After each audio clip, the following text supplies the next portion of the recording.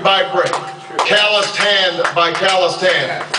What began 21 months ago in the depths of winter cannot end on this autumn night.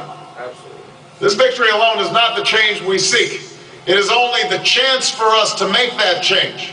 And that cannot happen if we go back to the way things were. It can't happen without you, without a new spirit of service, a new spirit of sacrifice. So let us summon a new spirit of patriotism, of responsibility, where each of us resolves to pitch in and work harder and look after not only ourselves but each other. Let us remember that if this financial crisis taught us anything, it's that we cannot have a thriving Wall Street while Main Street suffers. In this country, we rise or fall as one nation, as one people. Let's resist the temptation to fall back on the same partisanship and pettiness and immaturity that has poisoned our politics for so long. Let's remember that it was a man from this state who first carried the banner of the Republican Party of the White House, a party founded on the values of self-reliance and individual liberty and national unity. Those are values that we all share. And while the Democratic Party has won a great victory tonight, we do so with a measure of humility and determination to heal the divides that have held back our progress. Yes! Yes!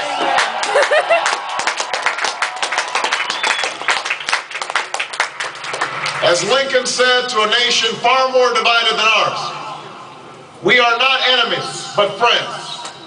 Though passion may have strained, it must not break our bonds of affection.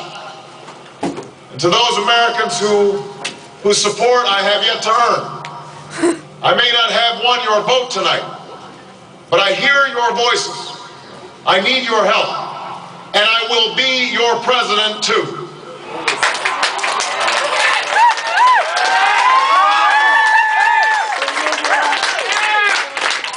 And all those watching tonight from beyond our shores, from parliaments and palaces, to those who are huddled around radios in the forgotten corners of the world, our stories are singular, but our destiny is shared. And a new dawn of American leadership is at hand.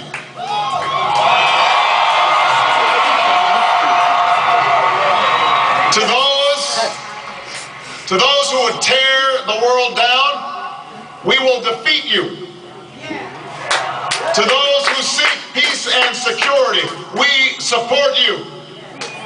And to all those who have wondered if America's beacon still burns as bright, tonight we proved once more that the true strength of our nation comes not from the might of our arms or the scale of our wealth, but from the enduring power of our ideals.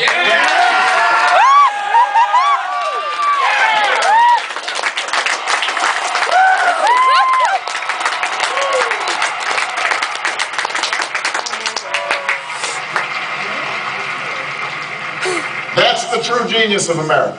Absolutely. Yes. That America can change. Our union can be perfected. What we've already achieved gives us hope for what we can and must achieve tomorrow. This election had many firsts and many stories that will be told for generations, but one that's on my mind tonight is about a woman who cast her ballot in Atlanta. She is a lot like the millions of others who stood in line to make their voice heard in this election, except for one thing. Ann Nixon Cooper is 106 years old. Wow. She was born just a generation past slavery, a time when there were no cars on the road or planes in the sky, when someone like her couldn't vote for two reasons: because she was a woman and because of the color of her skin.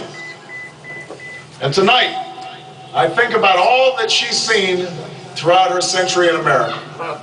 The heartache and the hope, the struggle and the progress. The times we were told that we can't, and the people who pressed on with that American creed, yes we can. At a time when women's voices were silenced and their hopes dismissed, she lived to see them stand up and speak out and reach for the ballot. Yes we can. When there was despair in the Dust Bowl and depression across the land, she saw a nation conquer fear itself with a new deal, new jobs, a new sense of common purpose, Yes, we can. Yes, we can. When the bombs fell on our harbor and tyranny threatened the world, she was there to witness a generation rise to greatness and a democracy was saved. Yes, we can. Yes, we can. She was there for the buses in Montgomery, the hoses in Birmingham, a bridge in Selma, and a preacher from Atlanta who told the people that we shall overcome. Yes, we can. A man touched down on the moon. A wall came down in Berlin. A world was connected by our own science and imagination. And this year, in this election, she touched her finger to a screen and cast her vote. Because after 106 years in America, through the best of times and the darkest of hours, she knows how America can change. Yes, we can. America, we have come so far. We have seen so much, but there's so much more to do. So tonight, let us ask ourselves, if our children should live to see the next century, if my daughters should be so lucky to live as long as Ann Nixon Cooper, what change will they see? What progress will we have made? This is our chance to answer that call. This is our moment.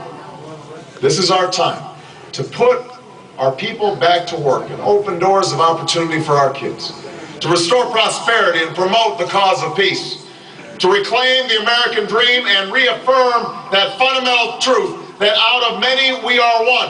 Yes. That while we breathe, we hope. And where we are met with cynicism and doubt and those who tell us that we can't, we will respond with that timeless creed that sums up the spirit of a people. Yes, we can. Thank you. God bless.